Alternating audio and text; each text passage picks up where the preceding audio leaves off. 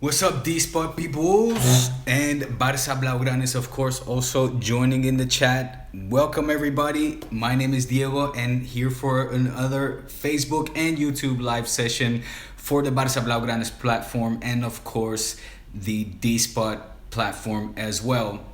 The Barça Blaugranas peeps, in case you don't know, or if you're new to this, my name is Diego. I have a YouTube channel, which is youtube.com/C/D-Spot, on which I create a whole bunch of vids. But I'm here to talk to you guys, of course, about Barça and us winning the Copa del Rey, I should say, not the Champions League. Definitely not the Champions League.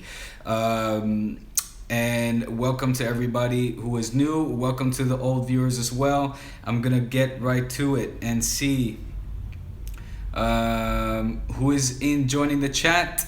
Bear with me just 1 minute because there's a whole bunch of stuff going on, and I always tend to do something wrong when I do these live videos. I want to make sure that I'm not fucking anything up this time, as I tend to do when I do these things. So again, just bear with me 1 second. Give me guys a thumbs up or give me some emojis. Let me know where you guys are watching from. If you're watching from India, Africa, the US, probably the East Coast is waking up slowly but surely at this time. If you're here in Europe, let me know where you guys are watching from. Here from Spain, perhaps from Barcelona. I'm based here in Barcelona, and yeah, let me know where you guys are watching from. I need to figure out where I can find all the comments, because I'm doing Facebook Live from my laptop this time, as opposed to the usual, which I do from the phone, where you can immediately see comments and things popping up. However, right now I cannot see anything coming through. Right, let me see. God, is it me or did I make it more and more complicated? I see that there's 2 comments which will come through. I don't know. Let me try to go to the actual page. Maybe I can see myself there. Okay. Here it is. Nabil Naushad is giving me a little emoji.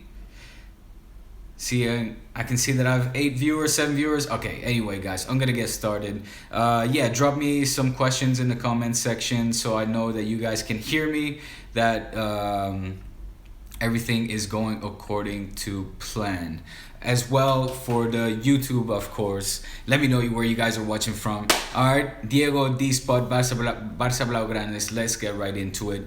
Barça, we are champions. We won la Copa del Rey, señores. Sí, señor.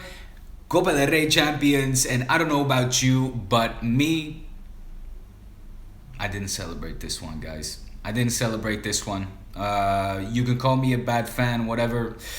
But I was not out in Canaleta celebrating this one. I was not out on the street with fireworks. In fact, I'll tell you this right now.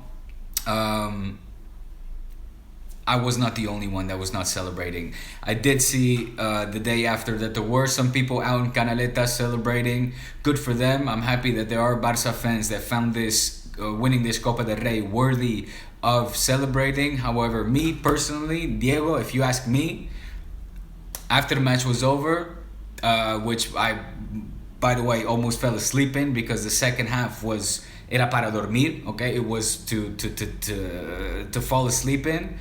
The match finished. I saw the entrega de la copa. I saw how they delivered the cup, and honestly, right afterwards, I was ready to go to bed. No sense of joy, no sense of jubilation, no sense of pride. More relief, if anything, in a sense that, at least we didn't make a total mockery of this season. But listen, Barça had everything to lose and very little to win. That's how I saw it. And I didn't. I almost wanted Alavés to win this this cup more, so that Barça would have more of a reason to shake up the dressing room. Because right before the Copa del Rey match, I actually read the comments that Bartomeu made mentioning the fact that this was a successful season for Barça. Well, let me tell you something, Bartomeu. Okay, I'll tell you. Look in the camera right here. This was not a successful season for Football Club Barcelona, for a club the standards of Football Club Barcelona. Now you can blame us, or me in this case, for having my expectations set too high. However, you're not going to convince me saying that we were fighting for La Liga until the last day, and we were in the final of the Copa del Rey, and this automatically making it or justifying this season to be a successful one. No, senor. No, sir. Okay?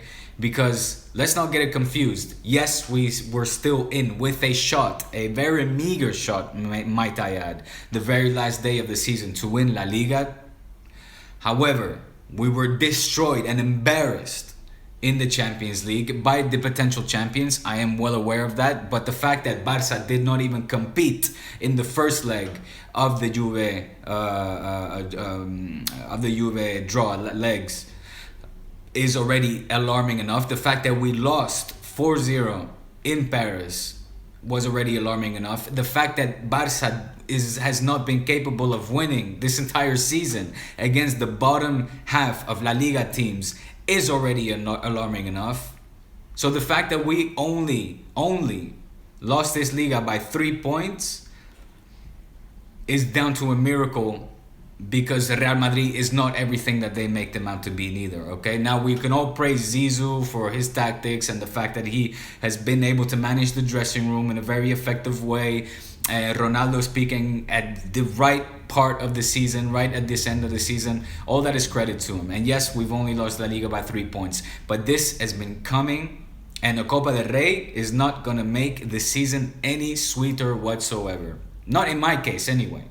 Again, these are my personal views. Me, I switched off the TV and I went to bed and I said, bueno, good. At least it's not a total embarrassment. But like I said, I almost would have preferred Alavés to win this Copa del Rey, so that when Valverde comes in this afternoon, okay, because they're going to announce him this afternoon, he would have had no excuse to say, chop the head off, out Mathieu, out Gomez, out Arda Turan, out. And bring in some quality talent and quality players, for crying out loud, so we can go back and be competitive and motivated and play some good football, for Christ's sake. Okay? Now again, the Copa del Rey might mean a lot to a lot of people. I'm not going to sit here and say, that Luis Enrique's entire trayectoria, his entire trajectory at Football Club Barcelona has been a disaster. Okay, he has won 9 titles in his 3 years. If beforehand you would ask me, would you like Luis Enrique to be the manager and during his 3 years win 9 titles, I would have said, bring him in already. Let's go. Let's do this. So he's not been, that big of he hasn't been a disaster whatsoever. However, the way that we competed this season, the way that we finished this season has been just subpar. So that said, I want to wish Luis Enrique well. I thank him for his services. He's been magnificent. But obviously, we need to reevaluate a lot of things in Football Club Barcelona going forward, and in order to be competitive not only domestically but in Europe as well. So those couple of things I wanted to get off my chest. Let me get into the questions real quick, because I see you guys are already blowing up the chat, and I don't want to leave you guys hanging. Sorry as well before for the technical difficulties. I saw that I went live and a couple of you were already asking some questions. I hope that I haven't outcasted you, but that you are in this chat.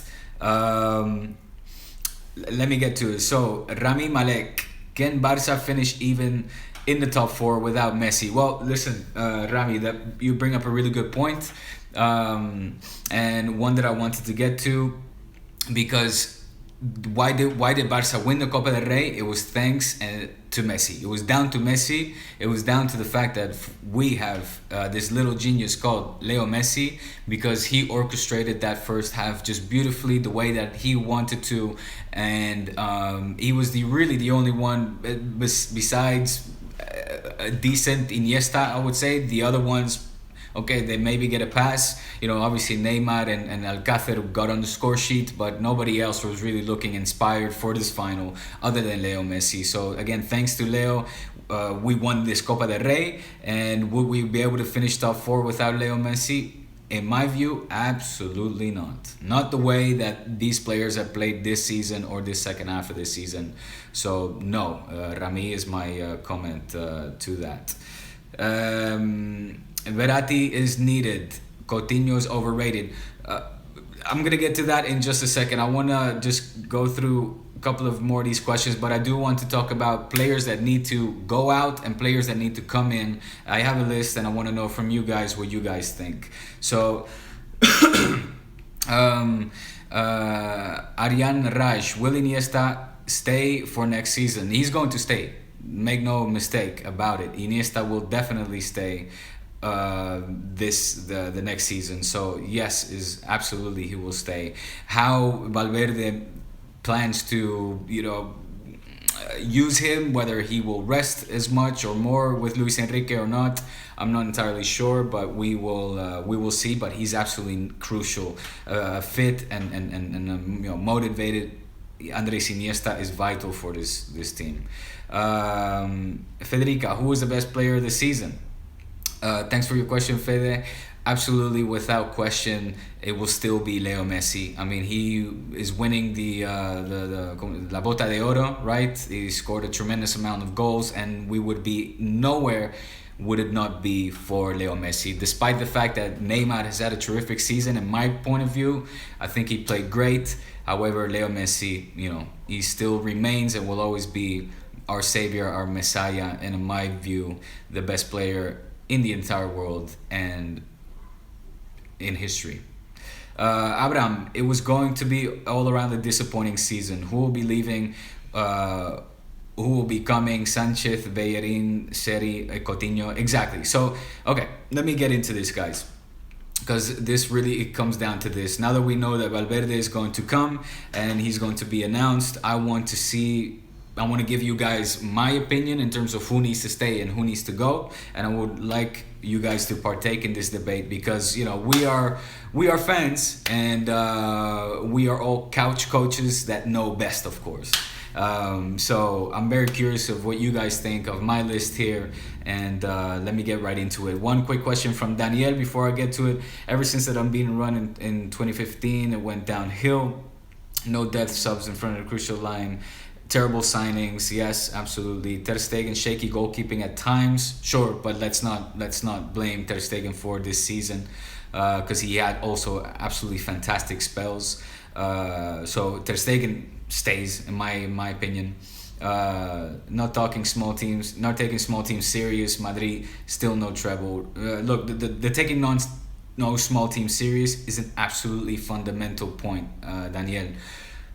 Because like I've been reiterating this point in the past few episodes. I don't know, guys, if you heard me, but Barça has lost, or we've lost critical points to the bottom half teams, the 10 bottom half teams. That is where we lost La Liga, and that cannot be down to them being better than us. They only have to look at ourselves, do autocrítica, and say there was a lack of motivation, inspiration in those crucial games, in los campos fáciles, in the easy teams, the easy stadiums where we needed to have won. So yes, absolutely, small teams, losing points against small teams is the key as to why we lost La Liga. Champions League, on the other hand, of course, a completely different story, and we need to be competitive in order to be ready for those big games from the get-go, and not come out looking a little bit clueless, a little bit shrugging, a little scratch of the balls, and running around the pitch like we have no clue what the heck we're doing. So, to the list, guys. Outbound transfers. My number one absolute outbound transfer, Jeremy Mathieu, has got to go, okay? I personally wish he never even would have come to the club if it was down to me. Due to his age and this price tag, I think it was, 24 million or something, when we bought him when he was already in his 30s. Absolute ludicrous shamble of a purchase by Football Club Barcelona, by Roberto Fernandez. So injustifiable from the start. Has never been good, never been up to the standards. Let's focus on bringing in top quality defenders like Leonardo Bonucci, for example. Bonucci from Juve would have been, or is a just a wonderful talent, still very young, and reportedly is on the market. So he said himself his future at Juve is not guaranteed. Ponte las pilas, directiva. Are you listening to this? I hope you guys, the board of directors, have got your ears wide open, because the fact that he's reporting this in the newspapers, I hope Barça is the first one knocking on his agent's door to recruit him over to the Camp Nou. Next, Arda Turan. We've all saw the Copa del Rey celebrations. They looked more like a farewell, like a goodbye, than a you see you next season. Arda Turan is out the door, and good on him. I think that he's been subpar. We cannot be happy with his performance. He's had some good games, some crucial goals. In overall, though, subpar. Also, again, it came with a big price tag, of course, and just hasn't been playing up to the standards with the consistency that we would have expected from the Arda Turan. For example, that was at Atletico. Obviously, there he played magnificent football. Inbound transfer. Look, this guy might be a surprise why he's on my list, but I like Christian Pulisic a lot of Dortmund. I think he's an upcoming star. I think he's doing a great job at Dortmund. He's creative, offensive-minded, quick to pounce on the ball, to recuperate balls once they're lost. And I think additionally it would be a strategically smart move to get an American on board, given the Barça expansion plans in the US. So, I mean, let's not forget that this is also a business, guys. And, Bartomeu has made his expansion plans very clear. The fact that he wants to be the first football club or sporting club to reach the 1 billion euros or dollars, whatever it might be. So I think that would be a strategically good move, and also so both from the sporting side as well as from a marketing side. I think this kid shows a lot of talent, and I like him. Next, Lucas Digne. Lucas Digne, subpar, is not really seen. We haven't seen him much in action, but at times we did. He's been unimpressive, to say the least. I like. I know that it's almost off the market given his price tag. However, Bellerin, I think, would be a good fit given his Barça DNA. Obviously, he came from La Cantera. Let's not forget, he came from La Masia.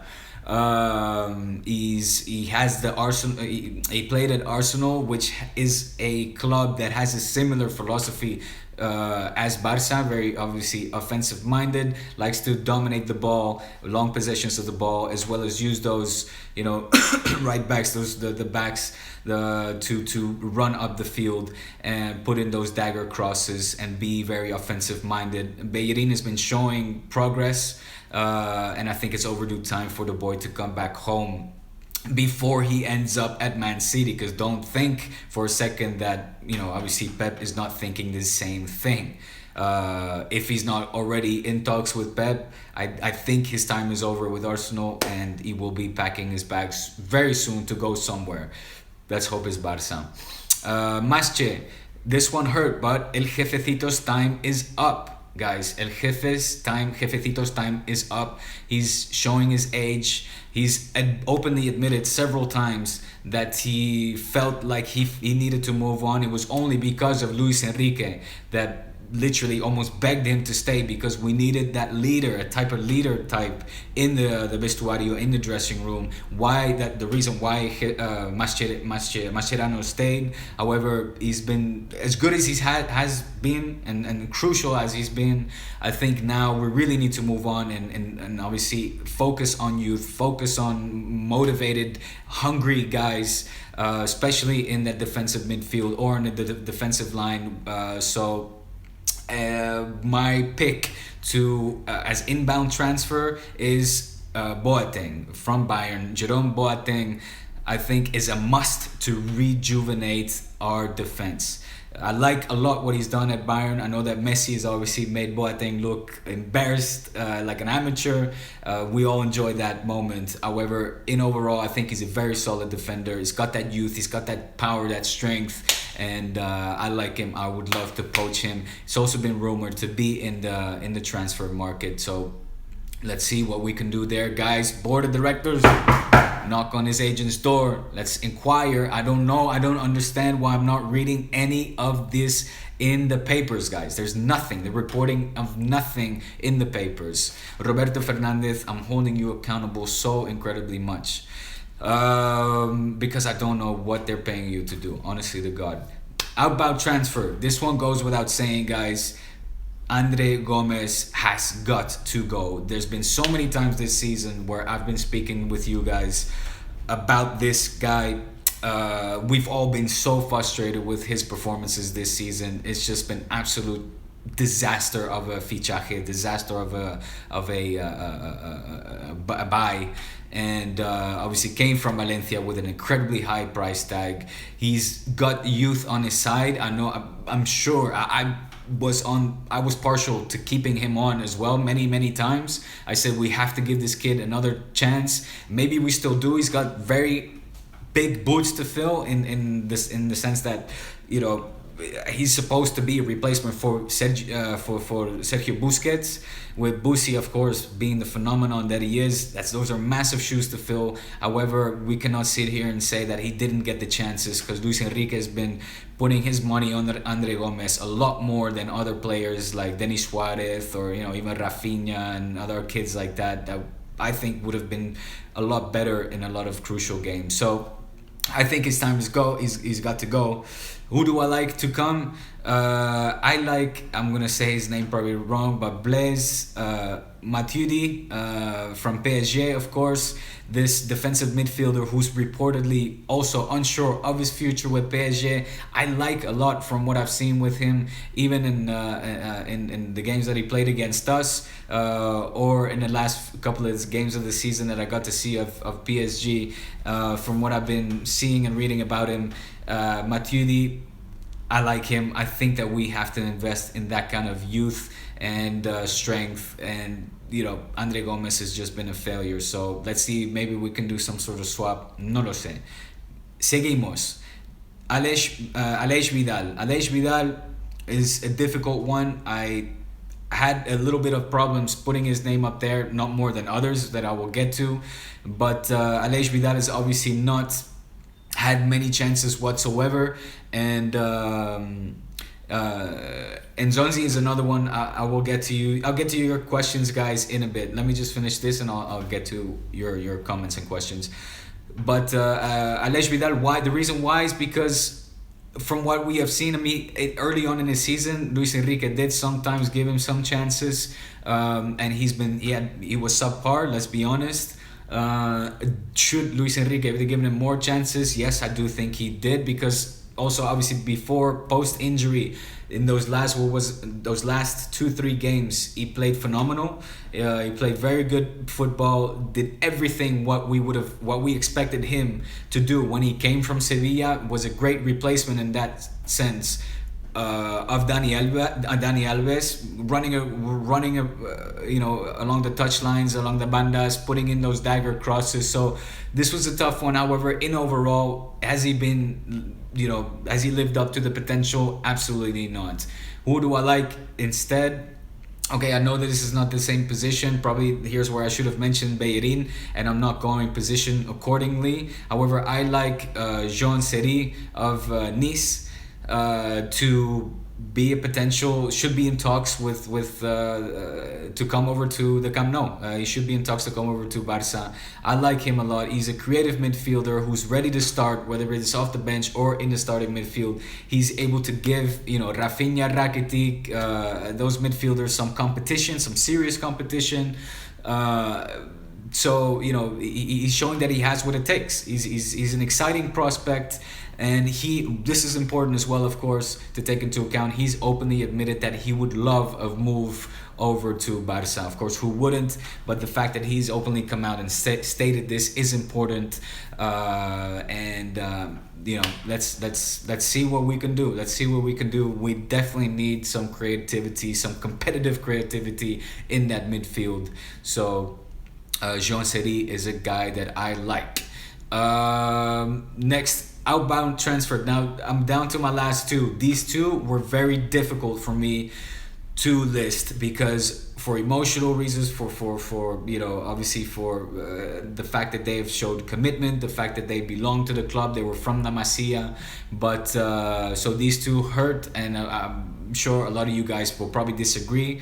However, I've put them out on my list of outbound transfers for the following reasons. Okay, the first one, Rafinha. This one hurts because Rafinha showed nothing but an absolute admirable level of professionalism, dedication, love and patience for the club. He's obviously from La Cantera, from La Masia, the younger brother of Thiago. And he's been very patient and opportunistic with the little chances even that he's been given. Obviously, at first he had Xavi and Iniesta to compete with, and then with the coming of Rakitic and Denis Suarez coming back, he's had a lot to deal with, and a lot of them were even picked before him often at times during games. However, I do feel and I fear that the times that he came onto the pitch, he simply, he's not filling in the footsteps of, let's say, his brother Thiago. Let's not get it confused. Rafinha is not Thiago in that sense. He lacks a bit of that quality to become a reliable starter. He's scored more goals this season, I think, than ever before. However, it's the consistency that is a fear factor for me when it comes to Rafinha. He's not a midfielder that comes on the field and sends shivers down to the opposition's spine when you see his name in the lineup, and that's really what we need. We need that depth. We need those people that come off the bench and have an immediate impact week in, week out, whether you're playing against Eibar or Granada, no disrespect, to these smaller teams, Betis, whoever, or when you're playing against, Madrid, Sevilla, Valencia, whichever bigger name team, you need to have that consistency. So, and I feel Rafinha has been lacking there. Who do I like to come? Well, I earlier read a comment that somebody mentioned saying that Coutinho is overrated. In my opinion, Coutinho is absolutely necessary. Not only necessary, but I feel that Coutinho is the perfect match to play behind Neymar. If you guys have seen any of the games that Brazil plays, La Selección, you see the way that those two guys connect. They've been playing together for a very long time, coming up in the youth systems of Brazil, and I think that they are fantastic together. And I would love to see that pair connect over at Barça. He's been heavily linked with the club. Whether it's press invented or not, he's been linked. He's been asked about past coaches of his, managers of his in Brazil have been asked about whether he would be a good signing for Barça. They all say a move to Barça is absolutely imminent and a must for him, because he just has that creativity, and like I said, that bond with Neymar, that to take us back to the top, to make our midfield a fearful, creative midfield. I would love to see a Iniesta a midfield, designed of Iniesta, Seri, Coutinho in that sense, and Busquets, of course. Sorry, I should name him, and see what they could do. I think they could do absolute magic, and I would love to see him come. What he has against him is a very high price tag, unfortunately. So I don't know, and Liverpool club is not an idiot. Far from it. I doubt he will even want to let him go. But let's see. That's where I need to I need to see the directiva, the board of the directors of Barça, to also come out and be a little more aggressive. You see a lot of names associated with all the big clubs. Your Madrid, United, City. City has already started to buy players. United has got players lined up. Your Griezmanns, etc. Even James and things. So where are the signings, Barça? I don't see anything going on. I'm very worried. I'm very, very, very, very worried. And this sense of pessimism is just, I feel like it's going to continue the entire summer, for Christ's sake. And again, don't get it twisted, Bartomeu. Una Copa del Rey no es tener una temporada exitosa. This does not equivalent to It's not equivalent to having a successful season. One Copa del Rey this season, especially in particular, when we have about Madrid next in a couple of days, in a week's time, about to play a final of the Champions League, their second consecutive final. That is so gonna overshadow our season with a lonely Copa del Rey, ese chupito de mierda. Because I'm sorry, I didn't go to Canaletas. I was telling it before. That's how I started off this podcast. Okay.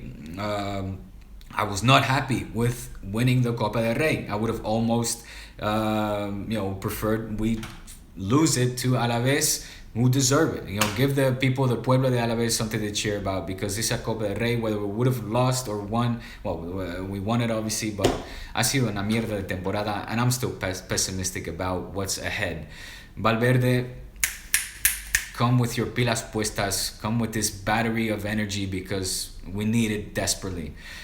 Coutinho, my last one, guys. Sergi Roberto. I said the last two are going to hurt. Outbound transfer. Rafinha was one that hurts. Sergio Roberto is another one that hurts. Obviously, he's played a critical role in very, very big matches. The 6-1 against PSG is something that we will never ever forget, and will be in our memories, and we'll talk about that for centuries, until our kids, our grandkids, our great grandkids, that we got to see this match, and how the great Sergio Roberto slotted in the 6-1, as well as obviously in the Clásico, how he made that incredible run at the end to feed Gomez, who then slotted in the pass to Jordi Alba Messi. And anyway, it all started with the run of Sergio Roberto. So it hurts. He's a young kid who I like a lot. I like his ambition. My biggest worry is quality and the consistency. Kind of the same as Rafinha in that sense. Now Sergio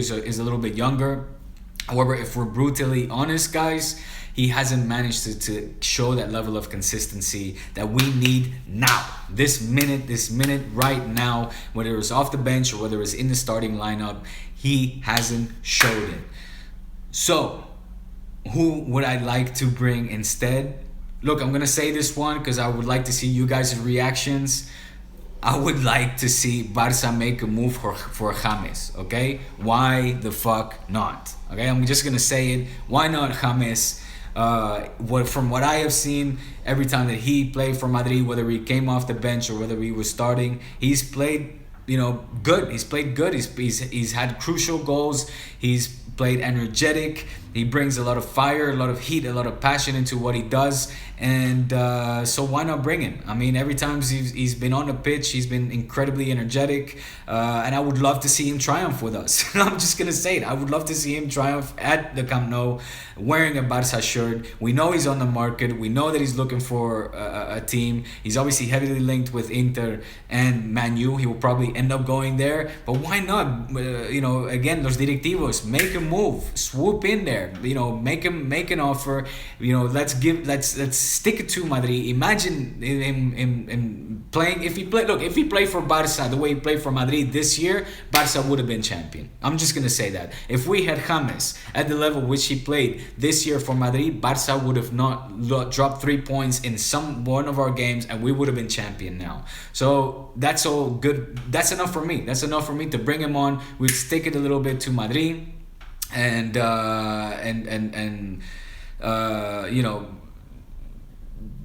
leave their season feeling a little bit more bitter. Obviously, they've won La Liga already. They might win the Champions League. So with a purchase, with James coming over to the Camp Nou, potential move, I think that would send a little bit of nerves down their spine. So it would sting a little bit in the Real Madrid camp, and I like that. Okay. So that was it, guys. I gave you a list of my outbound transfers and inbound transfers. And some of them hurt. Like I said, I'm expecting you guys to not like some of the names I threw out there, whether it was on the outbound transfers like Sergio Roberto or Rafinha. Obviously, they hurt. Like I said, it's a difficult decision that I'm put them on the list. However, if I'm brutally honest, those are my opinions. As well as the inbound transfers, I don't expect everyone to like what the names I mentioned, particularly James. Probably some of you guys will not like that. So, guys, gonna get to your questions now, see what I've been missing out on.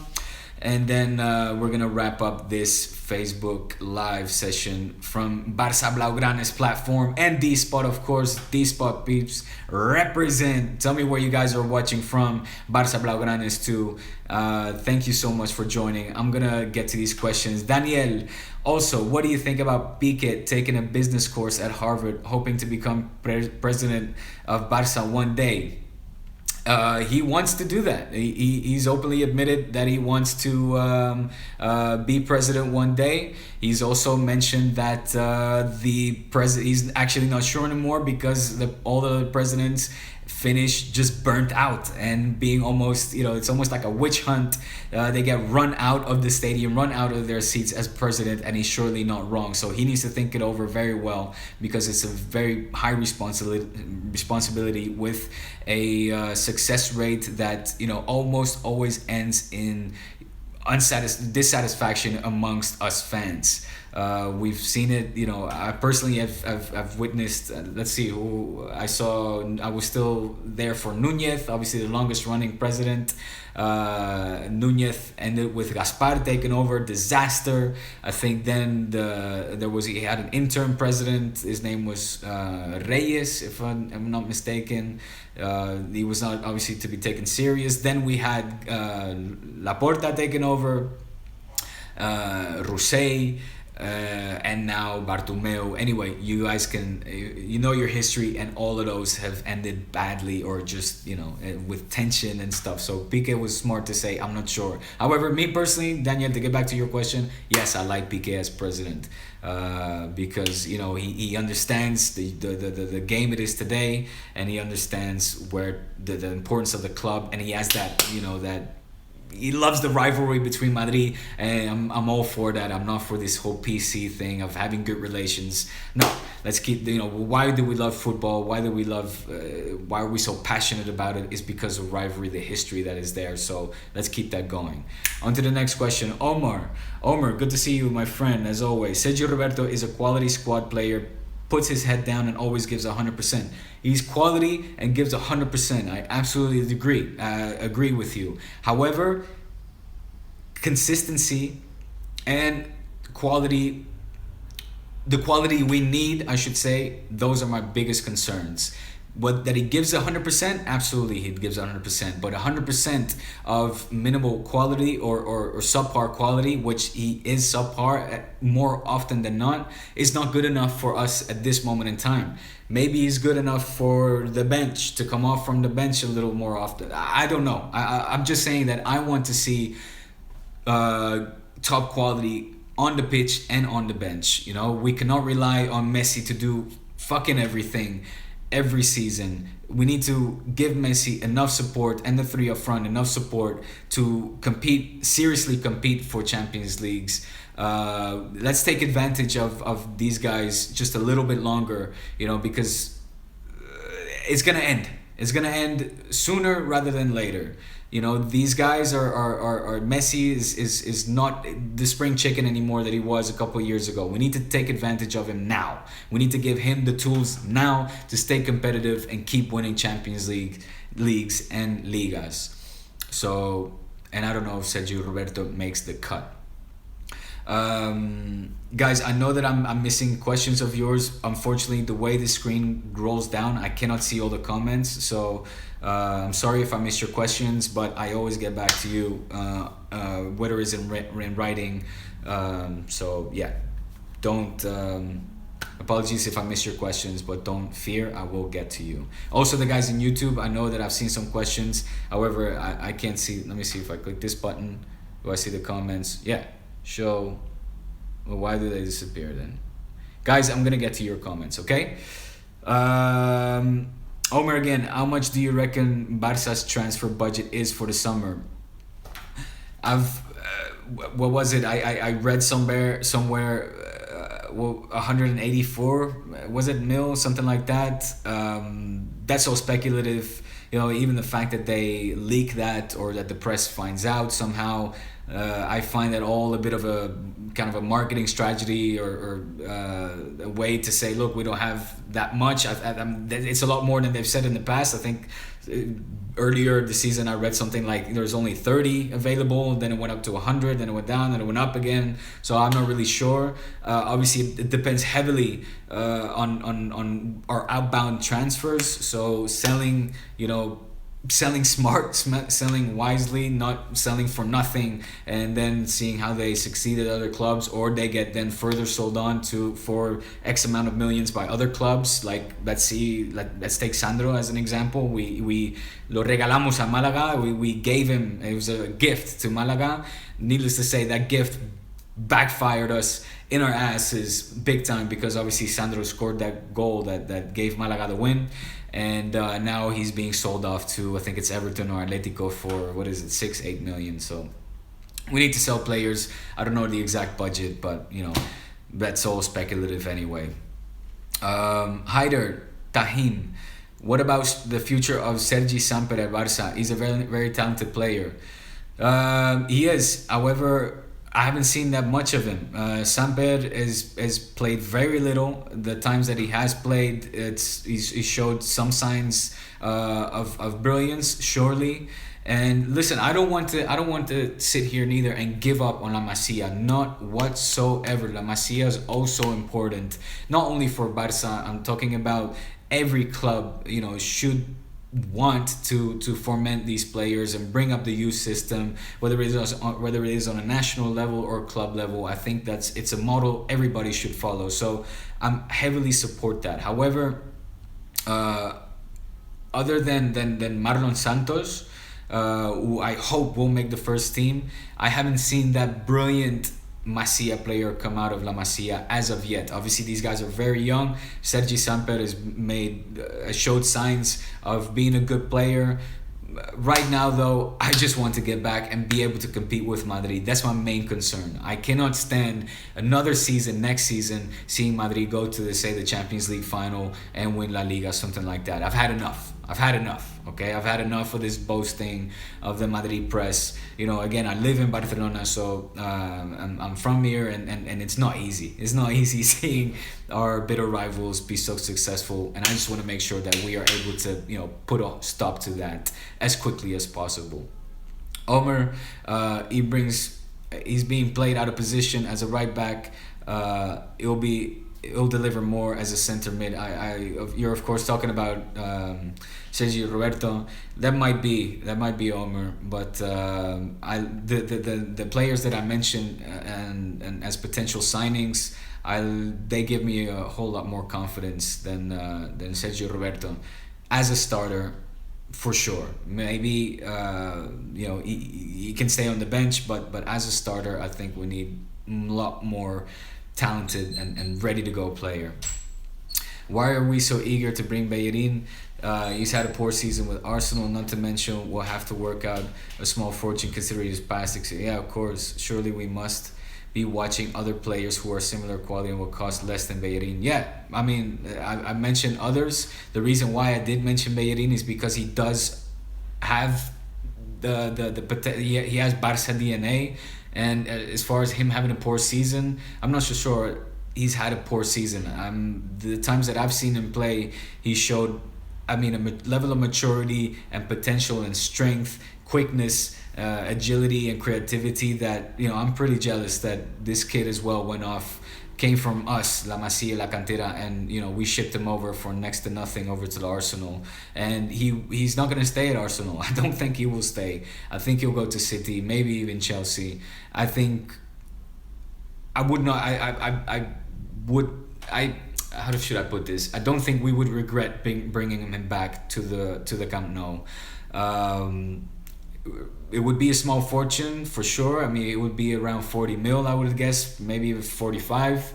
But I mean, compare that with what we have now, and I would love to see him wear that Barça jersey. So that's why I kind of agree with what the general press is saying in terms of this hype created around Bellerin. I personally buy into that and believe that from what I've seen. Haider, Tahim again, should Gomez stay or leave? Haider, I mentioned in sort of the mid part of the episode, I gave a whole list on players who are on my outbound transfer list and players who I think should come to the Camp Nou. In my outbound transfers, Andre Gomez was absolutely one of them. He has got to go.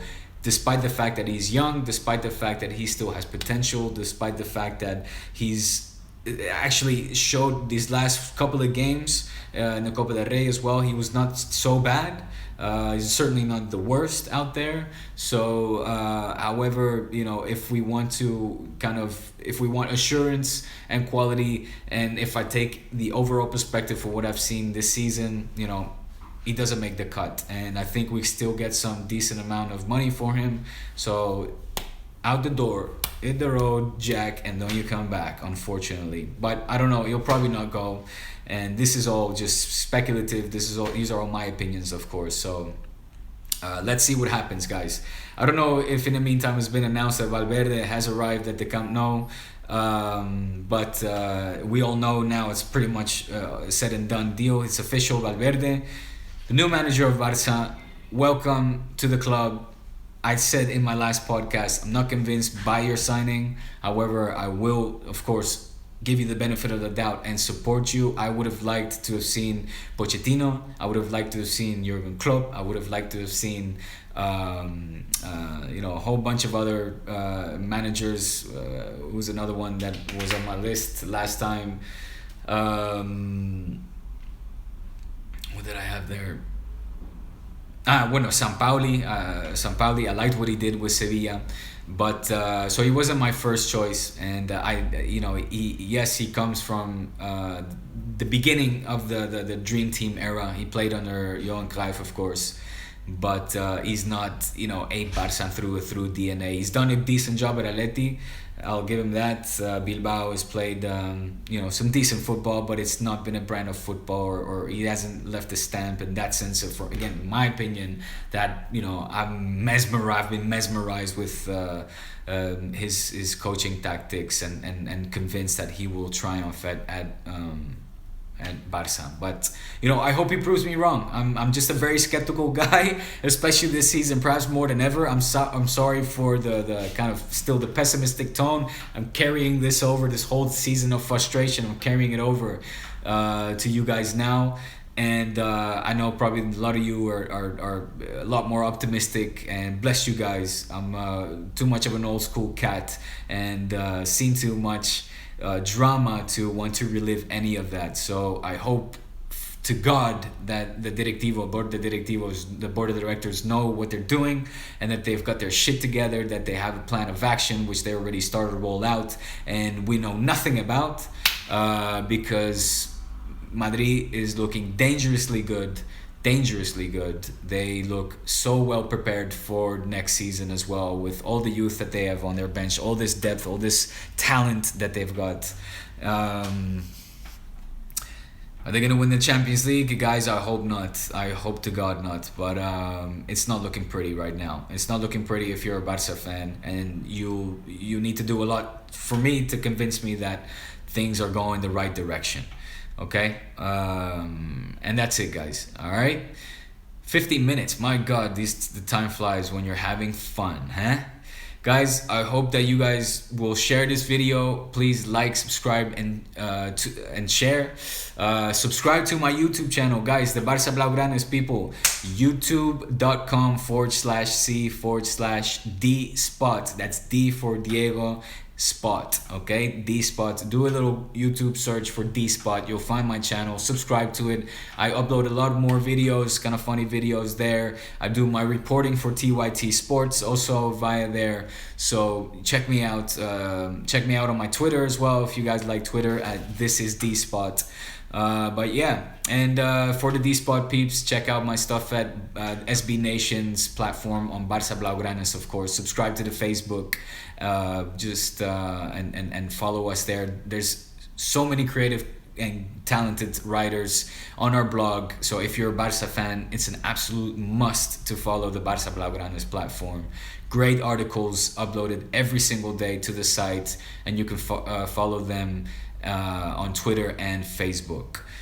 Okay, that's all, guys. That's all. I will be doing more videos as the summer goes. Talk to you guys about rumors, who's coming in, who's coming out. So don't expect me to leave. I will be your source of entertainment and news and updates through the summer months, as well as reporting on the Champions League final. I'll do a little something special again for TYT Sports. What it is, it'll be a surprise, but it'll be along the lines of, you know, what I did with the Peña Madridista. Over here, I went to interview a Peña to see what it was like to be a merengue in enemy territory. Check out that interview. It was something fun to do. Obviously, I'm a hardcore Barça supporter, so it was hard to go there and be humble about well, I mean, I was humbled by the way they opened their doors, but to be, you know, obviously surrounded by so much passionate Madrid supporters and have to sit there and listen how they brag and boast about having winning La Liga and the fact that they are in their second consecutive Champions League final is a hard pill to swallow, but you know, it's a humbling experience. So check it out. Keep it in touch with everything we do, and I will see you guys muy pronto. Vale? Venga. Hasta luego. Cheers, guys. Thanks for participating, and don't forget to subscribe and share.